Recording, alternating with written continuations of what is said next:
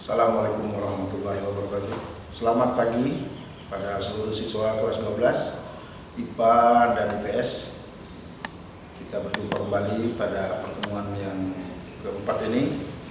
Kita langsung saja akan membahas tentang domir. Domir itu dalam bahasa Arab, kalau diterjemahkan dalam bahasa Indonesia, domir artinya kata ganti orang. Jadi kita langsung saja pada materi kita ya. Namun sebelumnya pada siswa-siswa kelas 12 ya, baik IPA maupun IPS, belajar bahasa Arab ini harus banyak menghafal materi ya. Jadi namanya belajar bahasa pasti banyak menghafal. Kalau tidak banyak menghafal, kalian tidak bisa belajar dengan baik dan lancar ya. Karena kalian tidak punya modal. Oleh sebab itu harus dihafal. Jadi setiap materi yang kita pelajari harus dihafalkan ya. Seperti yang akan kita bahas saat ini, yaitu tentang domir. Jamaknya domair, ini jamak. Kalau ini domir artinya kata ganti, kalau ini jamaknya kata ganti orang. Domir ada dua macam ya. Yang pertama domirun munfasil.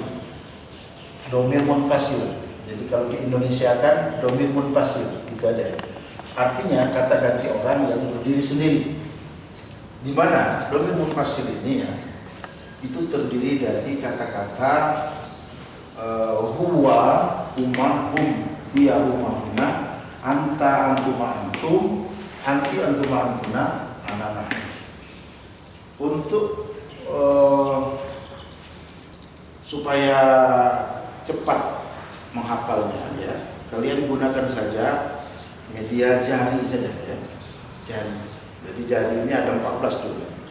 Ruas jari kita ini ada 14. Ini sesuai dengan jumlah domir munfasil ini.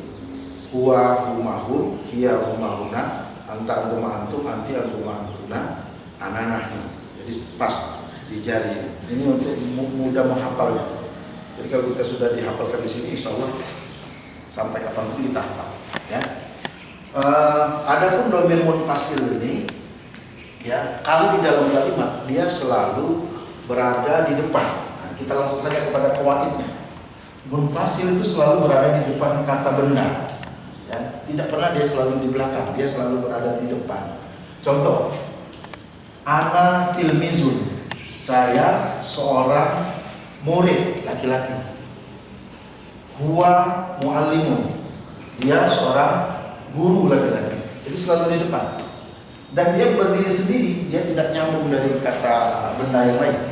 Jadi dia mempunyai arti yang sudah bisa dipahami. Misalnya saya, anak, itu sudah dipahami. Jadi tidak tergantung dengan kata benda yang lain, tidak apa-apa.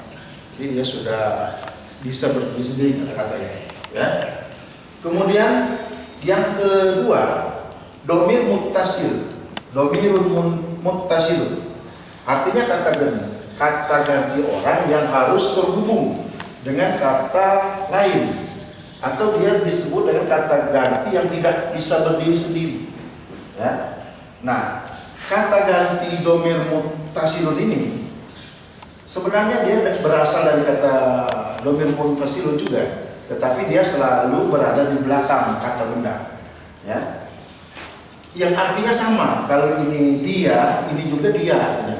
Cuma kalau dalam bahasa Indonesia, dia itu tidak pernah diterjemahkan di belakang kata benda dia. Misalnya kalau dalam bahasa Indonesia itu selalu menggunakan dia itu nya, ya.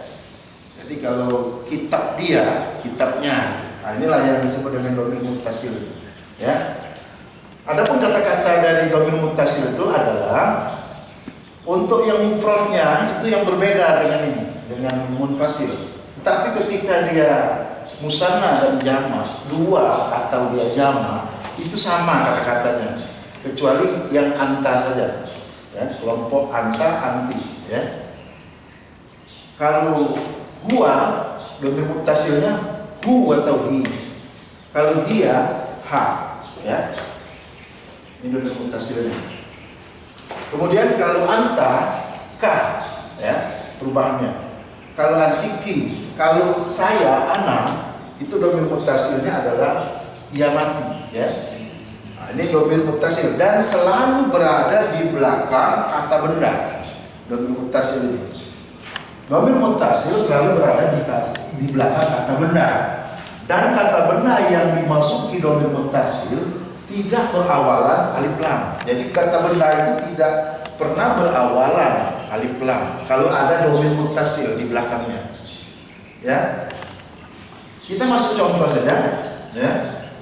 Misalnya tadi tilmizun. Tilmizun itu seorang murid laki-laki, tilmizun. Kalau kita masukkan ananya di belakang, maka ana itu berarti dia menjadi domir mutasil dan berubah tidak lagi ana tetapi berubah menjadi jamati, ya. Jadi tilmizi artinya murid laki-laki saya. Kalau tadi saya seorang murid laki-laki, kalau kita masukkan ananya di belakang maka tidak lagi ana di sini. Tidak boleh tilmizun ana, tidak boleh. Tetapi harus tilmizi, ada ianya, ada iya matinya. Karena di sini disesuaikan dengan di sini, ya, di sini. Kemudian contoh yang kedua, tadi muallimun, huwa muallimun. Kalau kita masukkan ke huwanya di belakang muallimun, maka huwanya berubah, tidak lagi dengan kata-kata huwa tetapi hu. Ya, di sini hu. Jadi muallimuhu, tanwinnya dihilangkan, dihapuskan. Kita masukkan kepada kata-kata hu, yaitu yang ini, ya.